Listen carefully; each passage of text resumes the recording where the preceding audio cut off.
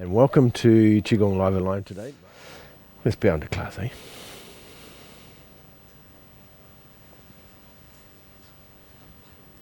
Cool.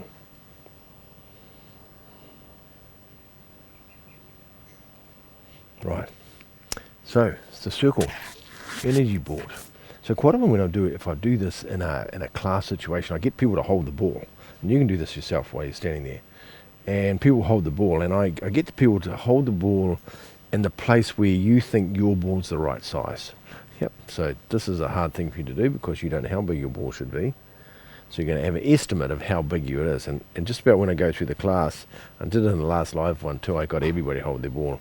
And I think there was only about 2 people out of the whole class I didn't adjust their ball.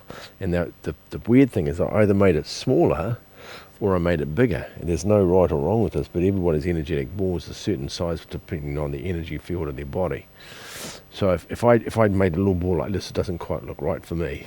And then again, if I exaggerate and went like that, it doesn't quite look right either. So there's somewhere where it sits where you're comfortable holding a ball and holding a ball with a palm. So you've got your hands on the north pole and the south pole, and you're holding a ball, and then drop the elbow down. Don't hold that elbow up, drop the elbow out, hold down. So you're holding this ball, this idea of this energy ball. Yep. So what happens is, because of the meridians in our hands, the 6 meridians we have in our hands, remember we have 2 meridians in the little finger. We have the small intestine and the heart, Sanjiao, pericardium, large intestine, and we have our lungs. And because of those fields, when we're holding the ball like that, these fingers create like longitudinal lines, like on a globe. You see the globe with the lines on the longitudinal lines on the globe. Well, it's almost like we create the same whole field, and the energy comes out from the fingers and out from the bottom ones, and it just makes a circle, energetic circle like that. And the 2 Lao Gong points in the palm of your hands are holding the north and south pole here like that. Now the big thing, of course, not to pick up your shoulders, keep your shoulders down, and also keep the elbow from going up. You keep the elbow down and hold it like that. Yep. So that's the easiest way to do that, and so that the ball is holding, and you hold what position you like it to be in, where it feels comfortable. What I want you to do is move it around to the front. There's a few exercises that do some of this. We've done one a long time ago. I might go back to it a little bit, and we'll do a bit of it anyway today, just because we're talking about the ball today. And then you can turn it around the other way. And when you revolve it, you're trying to keep the ball so that it's circular. So if I go from one side to the other, I'm rolling the ball. But remember, I'm trying to keep my elbow down. And when I go the other way, I'm trying to keep the elbow down so I don't pick my shoulders up. I'm not doing this with the elbows. I'm not doing this. I'm just moving the ball like that without moving the shoulders. Yep, it's the idea of that. If we want to, we can roll it forward. We turn the hand around the back and roll it around the back and roll it over. Now you can do this. The idea is to make this as real as possible so you can feel it doing that. Yeah. Now it's not necessarily easy to do it this way, and I want to show you there's an easy way of doing this. So the idea of rolling the ball over. Now, of course, after a while when you hold it, you can actually feel the energy in your palm of your hand. You can move your hands in and out. You can feel the ball in the middle. You'll be able to feel the energy. You can feel it's quite palpable. And you can go out and go backwards and forwards. And because it's 2 yin surfaces, they're both yin surfaces, then they're like 2 negative surfaces on a magnet. So when you push 2 magnets together and you feel them pushing each other apart and you can't connect them, you want to push them. That's the same feeling. That's what you get, this polarity thing, which is pushing it, and you feel like there's a spongy rubber between it. We get this when we do our finger, when we do cultivating the pearl, when Lao Tzu Xiaodan, when you do these exercises, and you can feel this palpable energy. Well, that's the energy that's coming out both hands, both yin surfaces of the hand. So we're holding the ball with that idea, and we can hold a ball like this. And the more real it is, turn it over, turn it back the other way. Good. Take one hand off and hold it underneath. Bring the ball around to the front. Bring the ball around to the side. Put it above your head. Turn it around and put it above your head. Push it up. Good. And then bring it back down again. Good. Put the hand on top of it again. Turn it over. Good. And then take the top hand off, the same thing. Move it to the side. Move it to the back. Now the whole time you're doing this, you can actually feel it in your hands. You can still, even though the other hand's not there, you can push it up in the air. Still holding underneath the bottom. And you can still energetically feel it in your hand. As I say, even though you haven't got the other hand on top of it, you can still feel it. And it comes around to the front. Good, so we go back to the top. So the exercise which is a Chen Style Tai Chi exercise, exercise is when we start with the ball, but we actually start from the out. So you're going to take the ball and you're going to come around to the side. And it comes to the side, and when you get to the side, both hands are facing towards each other at the side. Yep. And from the side, it rolls over and it comes to the front where the top hand's on top of the bottom hand's underneath it. Well, that's where it's going to be for that way. And then you turn your hips and you go to the other side. As you turn your hips, your hands roll. Now the palms are facing towards each other. And as I turn the hips back to the front, they roll back over the top to the back hand becomes the top hand. So I'm going to the side, and then the bottom hand comes to the back. And then as I come to the front, the bottom hand comes to the top. Yep. The bottom hand goes to the back. The back hand goes to the top. It would help you remember how to do this. Bottom hand goes to the back. Bottom hand goes to the top. And we're doing this with our hips. Our hips are moving and our hands are following what our hips are doing. Our hips move, the hands move. Back hand goes to the top. We come back to the center. And when we get to the center, we're dead smack in the middle. We're holding the ball from the north-south poles. And then when we turn, bottom hand comes to the back. Bottom hand comes to the top. Bottom hand comes to the back. Bottom hand comes to the top. It's a great exercise, but it teaches you lots of different things that's happening inside the body. Besides your connecting your hips to your palm of your hands, so your hips and your arms and everything's part of each other. Now I'm stopping in the center at the moment, so I stop at the side and I stop at the front, then I stop on the side, then I stop at the front. And the reason I'm doing it is to get the timing perfect. Because if you do this without stopping, then you can start getting the timing out of sequence. Stop in the front, stop at the back, stop at the front. Now that's the perfect timing for it. So once you can do that, then you can start moving without stopping and go moving forward, backwards, and rolling the ball over without stopping. But you've got to know when you're here, you're that position, when you're back in the front, you're that position, and then you turn. And you're moving your hips from side to side, and the arms are just moving. Now, if you haven't ever done this before, this is really complicated. Yep. If you've done it before, I know I've done it a long time ago in one of the classes. I can't even remember what I even call the exercise, but I did this.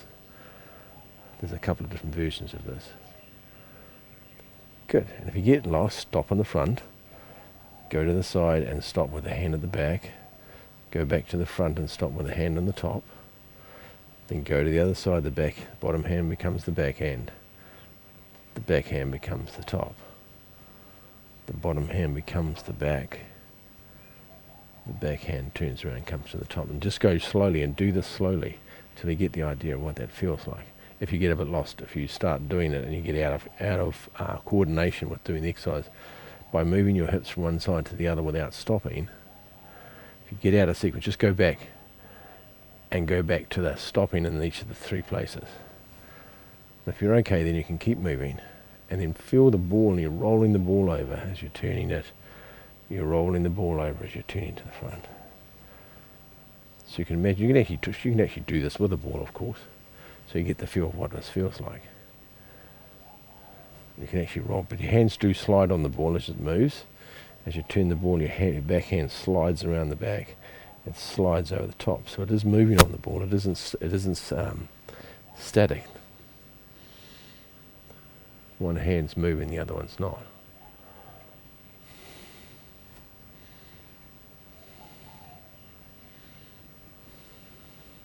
Yeah, it's a beautiful exercise.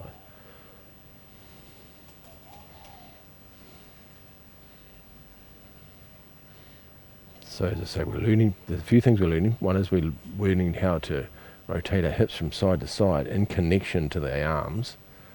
And we're learning to rotate the arms one way and the other way. So there's a brain function, a right and left hemisphere thing going on with this exercise as well. So you're learning how to coordinate right and left hemispheres, because you keep changing the arms to the top and then you change it to the bottom. So you're doing two different things at the same time with your arms.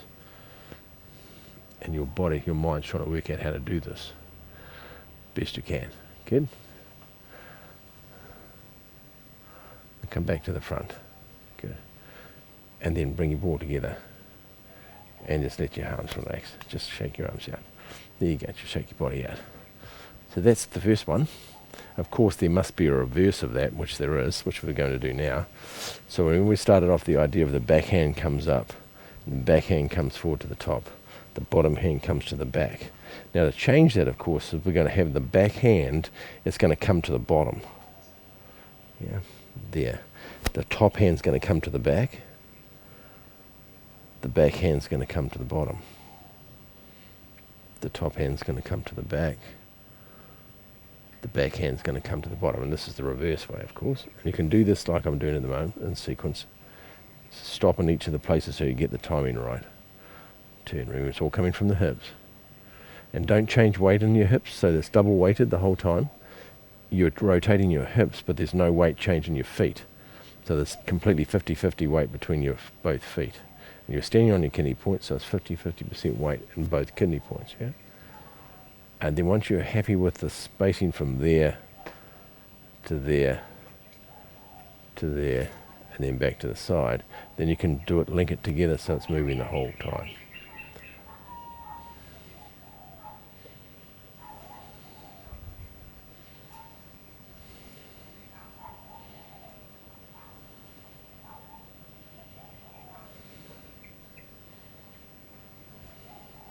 And if the same thing is, if you get lost, go back to doing it.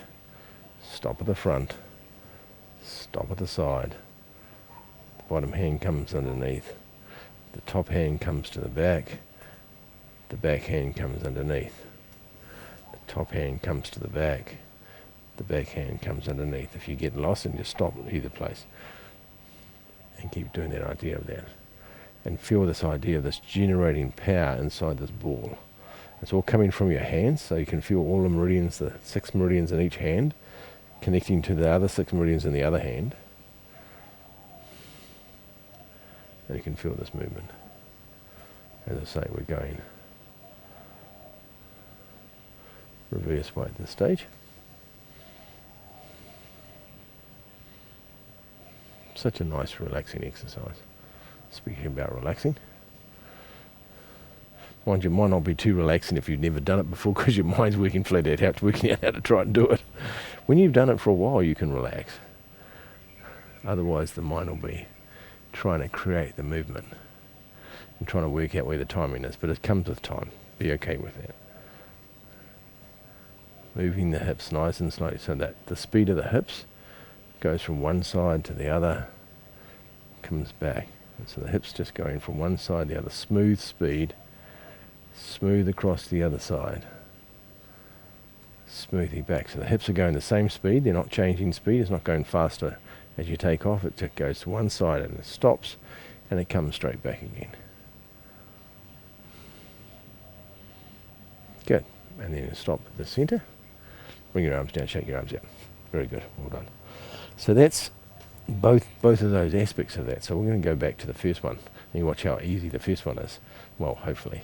So remember the first one, remember we were going backwards. So now we're going to go the other way. We're going to come to the side. And the backhand, instead of going underneath, the backhand goes over the top to the front. Backhand goes over the top to the front. Goes to the back, to the top. The bottom one goes to the back and over the top. Now you'll feel now, it feels really different to do this. And how much more smoother it is to do this than it was before. Nice and peaceful with your hips. Double weighted.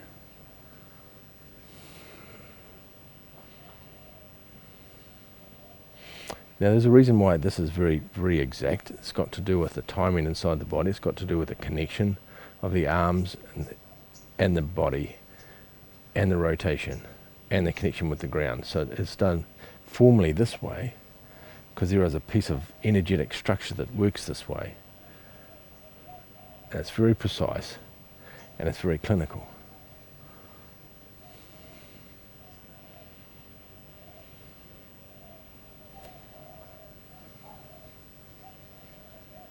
Good. And we're going to go the other way. We're going to turn around and go. Remember the backhand goes underneath this time. The back hand goes from the top to the bottom and underneath. Goes top, back, underneath. Top, back, underneath. Now you'll notice that this one feels easier too now. Because once you've done it a couple of times, the body has cellular memory of this, so then it's a lot easier to think too much about it.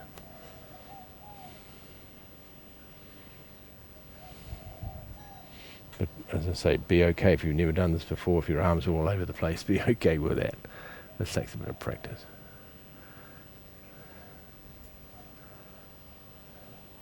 When I first started doing Chen Style with the Chen Style teacher that had taught me, we used to do this for hours. When we first came to the class, this was one of the exercises he got you to do. Standing while everybody else was doing Tai Chi, he got you doing these exercises in the one spot. This is one of them. For a long period of time. He was old school. His father, I think his grandfather taught him. And he would, obviously grandfather when he was young, was pretty tough on him. He made him stand there doing these exercises for a long time. Good. Good, so that's the formal piece of the exercise. And as I say, everything is formal, has a structure, but there's a reason for it. It's not mindless just to do this, just to teach a discipline. There's an energetic thing that happens when it's in precise movements. In precise movements, there's pathways that open and close as you turn from one side to the other. And there's pathways that open and close when you're doing your arms this way as well. Yep. So in the forms, and just about the forms that hold balls. So in the Yang Style forms, I know that Mark does Yang Style, but anybody else that Yang Style that watches this, they quite often they'll hold the ball when you're doing Parting Wild Horses Main. You do that exercise, and you have the idea of the ball, what goes one way, and then you hold the ball and you come back the other way. Yep. The idea of the principle of that. Chen Style does it as well. Chen Style also does a martial application where the hands roll over each other like this. You get that one there where it's a martial, where somebody grabs hold of your wrist, you grab hold of the wrist and turn it over, and you get this thing going on, which is martial. So there's a lot of this idea of this rotating energy, and especially when you're working with somebody martially, it's about making circles this way, making circles this way, making circles diagonally with their energy. So you're making the idea of you're turning over and under while you're doing their forms. And so what's happening inside that is their body's turning in circles, and you're directing the energy of the circle in their circle, and you're directing it with your circle, which is very beautiful, and it's part of that, the whole Tai Chi forms. You have the up, down, and over the top, and backwards and up. You have all of those. So all of those are applicable, that they all have their own martial application. But for us, it's about, for what we're doing is, for one, for our health, but it's also about exercising our body and coordinating our legs, our connection to the ground, our hips, our physical center, our heart, our mind to our body. So everything's all connected the whole time. So we're learning how to move everything at once, and so there's no separation. I'm not just moving an arm by itself. I'm moving the whole body to move the arm. I'm moving the legs are moving as well to move the arm. It's not just an arm moving by itself, or not even a finger moving by itself. To move the finger in Tai Chi, you're going to move the whole body to get the finger going. If I want to move the hands this way, I'm not doing this just with my hands. My whole body is turning to do it. And we're trying to keep this connection, all these pathways of energetic communication inside our body with our hands and our body and our feet, and never lose that. Always have, when you move, the whole body moves. Everything's connected, there's no separation, and you don't, when you get older, it's quite often you see that, and I've talked about this. You quite often see people that are disconnected from their legs, their physical center in their arms move, and their leg moves. And there's no connection between the two of them. That's why Tai Chi is great, because it actually teaches you how to maintain this connection with both sides, because you have to, because you can't move otherwise, and it teaches you how to keep that exercise. Yeah, it keeps you, everything's connected all the time. Yeah. So, but what we're going to do now is we're going to have a play with this. So we're going to do some freestyle now. I'm not sure if anybody, the people who watch, have ever done Tai Chi freestyle. And that's when you do Tai Chi. We're not going to do Tai Chi freestyle, but I'm just talking about the principle. Is that when you do Tai Chi and you don't follow a set pattern that you learned, you actually just do anything you like at the same time and add all the things you learned and all the postures, and you start creating your own Tai Chi form, and you create it looking like what it ever wants to look like, and you make it up as you keep doing it. Yeah? And you just do that cycle effect and do whatever it looks like.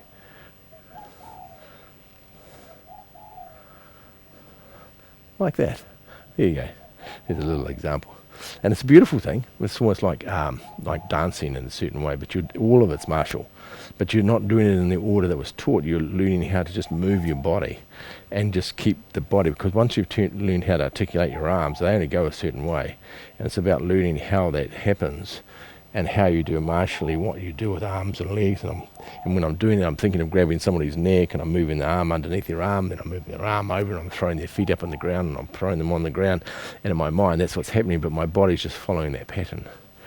We're going to do the same thing with the ball. Not quite as intricate as what I was doing before, but to understand the principle of that. So we're going to hold the ball, and you're going to move your ball wherever you like. It's yours. Now you can change weight as well. You can move on to one foot, you can move on to the other foot, you can change weight, you can rotate, you can do what you like with your ball, and I'm going to do it too, so you won't be able to necessarily copy me, because I don't know what I'm going to do. But you can do the same thing. And you can move your ball, and I'll give you some ideas of where you can take it so that you give you a few clues. And then all you have to do is relax, connect the arms, the legs, and let the ball move you. I'll say that. So the ball has its own energy. Once you create a ball, it has its own energy, and let the ball move you. And think of the ball as moving, and you're just moving with the ball. Yeah? There we go. We'll do it for about 5 minutes and see how we go. Enjoy the space. I'm not going to cue it too much. I want you to just have a go. So we can start it up, hold the ball. Good. And then start moving the ball. I can move it up in the air. I can move it around, moving my hips around. I can move the ball around. I can take it down the side. I can move it up. We do a similar exercise when we're doing windmill turns in the breeze, so I can do that. Then I can circle the exercise, the ball around in front of me. I can roll it over. I can turn the hips. I can bring it up over the top and back, bend my back forward, come forward. And go nice and slowly, don't go too fast. And just move the ball around wherever you like.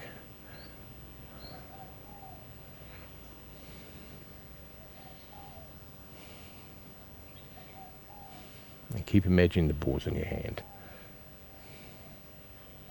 And you can bounce it off the ground. You can pick it up. You can bring it down the center. And then bounce it back up in the air. Spin it around. But do keep two hands on it though. That's what I'd say. Don't do one hand for this one. Just do two hands so the hands have to follow each other. Turning.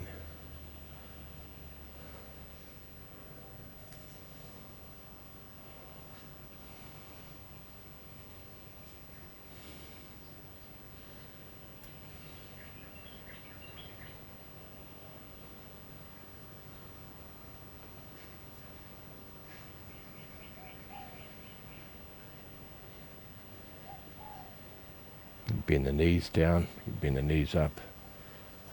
You can turn from side to side as you're doing that. Just keep the ball low.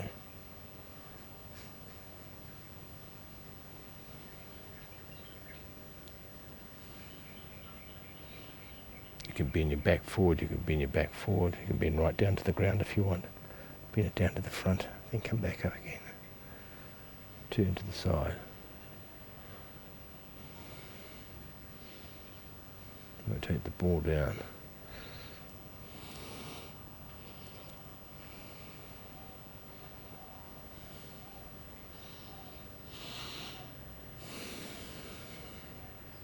Now, something else you can do, you can make the ball bigger, or you can make it smaller.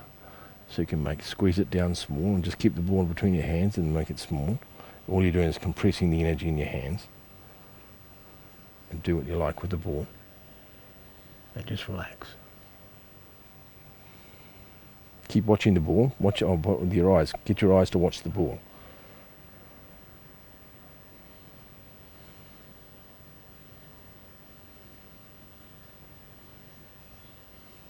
And then of course you can make it bigger. Make the ball big ball, so you're holding a big ball now.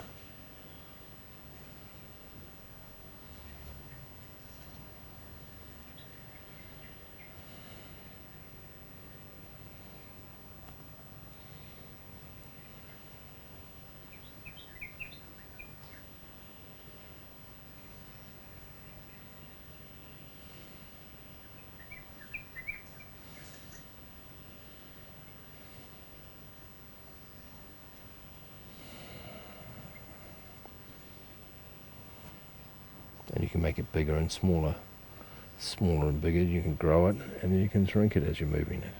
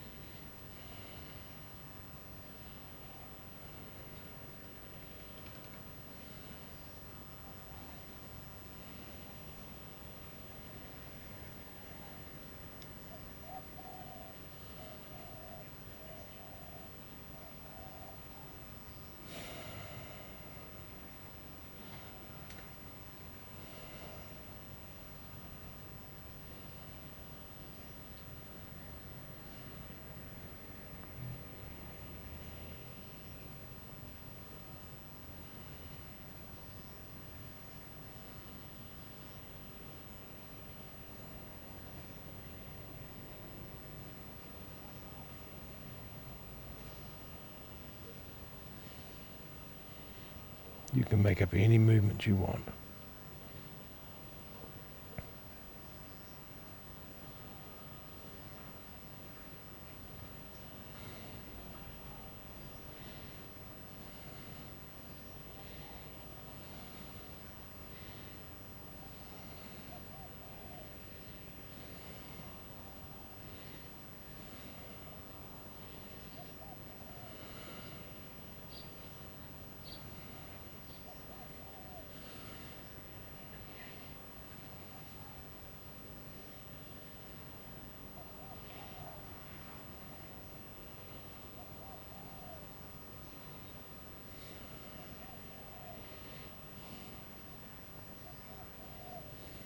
This reminds me a little bit of a static dance. I don't know if you've ever been to a thing called a static dances where they play music and you just freestyle dance. And it's very popular here in Bali, especially in Ubud. They have lots of big classes and they have a lot of people turn up to them. And I've been to them, I quite like them. And the 5 rhythm dances, there's all sorts of different models of it. And I quite often will play with energy balls during that dancing. It's a very cool experience. But I do it to music. But of course we're just doing it to our own stillness, which is, I quite like the stillness, of course. But it is quite nice to do it to music as well.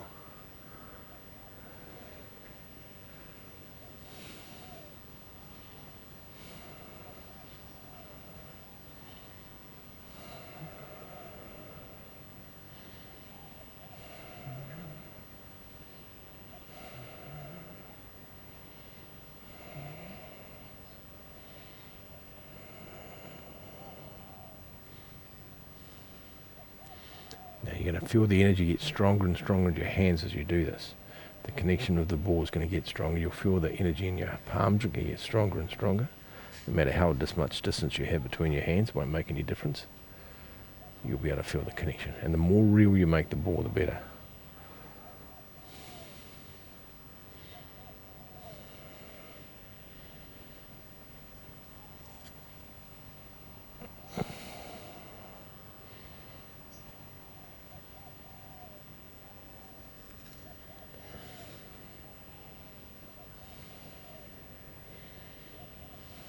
I know Robert Penn actually. Robert Penn's a very well-known Qigong practitioner, and he likes to do the ball exercises.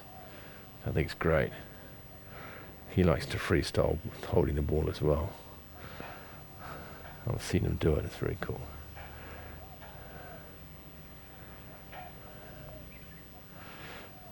Okay.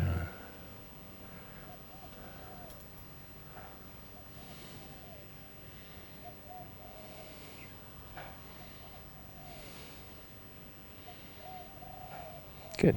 And then slowly bring it back to the centre. So we can do this for hours. And bring it back to the centre, holding your ball, and then bring your ball back to the size you think it is. Now that energy between your palm and your hands, actually bring it to the sides of both palms facing towards each other. Now you're going to absorb the energy of that ball back into your dantian, so you're going to squash it into your hands, and it's going to go down both arms into your dantian. So you get to keep all that energy. Push the hands together. Good. And then open your hands. Just shake your body out. That's good. Fascinating. Haven't done that for a while. I've never done that in a live class. That's interesting. I've never done it in an online class, so there you go. Bit of a practice. So that how it makes you feel now, you'll notice just now how energetic you feel at the moment, which is great. And you'll feel the energy in your body. Your body will be quite alive because you've done a lot of exercise. You've been moving your hips and your arms and doing a lot of exercise. Don't go too fast if you practice by yourself. Don't speed it up. Just enjoy being in the spaciousness of the quietness. Enjoy just going nice and slow. You don't have to go fast. You can if you want. If you want to feel what it feels like going fast, you can. But I'd encourage you to be, what we need in the world is probably more slowness, not more speed. And to just go back into slowness. And if you're outside like this, and then go into nature and do it at the same speed that nature's going. Now nature does go a certain energetically, a certain speed, and you can actually go slower than nature, which is a very extraordinary experience. But you can slow down more than nature does. And now nature's watching you instead. Yep, and you can do that. You can have all these different experiences doing this exercise. But part of it's letting go, and part of it's letting go your mind thinking that you need to do it right, because there is no right, because you can do whatever size you want, and you can go any direction you want. So there's no limitations to what you do except for the experience or the adventure, just letting it be what it is. So it's one of those things where you're not trying to control it. And quite often it will happen, and you might have had the experience today, it'll actually start doing its own thing for you, and the ball starts to lead you, and you're following the ball, and you're not doing it anymore, the ball's doing it for you. I'm not sure if anybody got that experience today, but that will happen as well. And part of that is just letting go. It's all about letting go. Letting go the expectations of outcome, letting go the idea of how big it should be or how small it should be, letting go what direction you're going to go, letting go when you're going to go up or down, letting go that it can go any direction, it doesn't have to go anywhere, it can stop and go backwards and go up and down and go sideways, can go in and out. And it has all these combinations of what you can do with it. And it could just do any of them, and just let it be free to do its own thing. There you go. So, I hope you enjoyed that. It's an interesting experience. I was watching you, so it's great. Yeah, have fun with that. Do it again. As I say, you can do it with music too if you like. And the music will dictate what happens to the ball, by the way. As soon as you add another element, if you start doing some music, the ball will start getting in time to the music. You don't get in time to the music, the ball will. It'll start listening to the music, and it'll start moving with the music, and you get to follow the ball dancing in the music, not you. You'll see what I mean if you do it with the music. You'll see what it is. But the hardest one, of course, is just do it by yourself and just let go with nothing, and just be happy to watch it going. And you'll keep watching it to the other thing. Keep watching it. Don't lose track of it. Just keep watching it, and just watch what it does, and just be part of the movement of it, and have no idea that it should be doing anything, because it doesn't have any rules. There's no rules to it at all.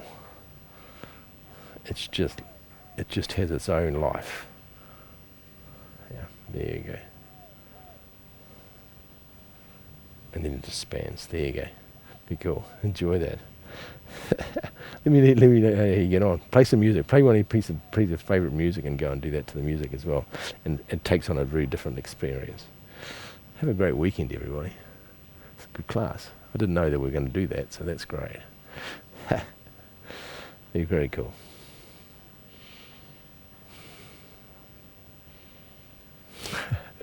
My body, I can feel my energy, my body's moving around by itself.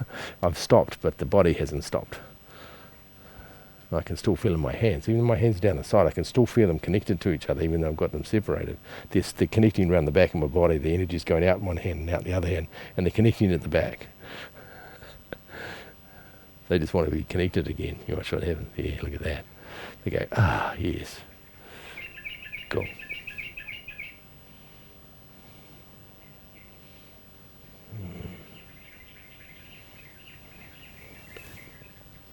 Very cool. And step back. Bow to each other. What I also noticed was the hands know each other really well. They know the energy field between the two of them. They know it. It's not new to them. It's something that they're very comfortable with, feeling that energy between the two of them. It's like yin and yang, brother and sister. They know each other. And so when they're moving, if I pull my hands about, they still can talk to each other when they're out here. They still know each other, and they can still connect to each other. Interesting experience. Have a great week, Pete. All the best, eh? Lots of love and care.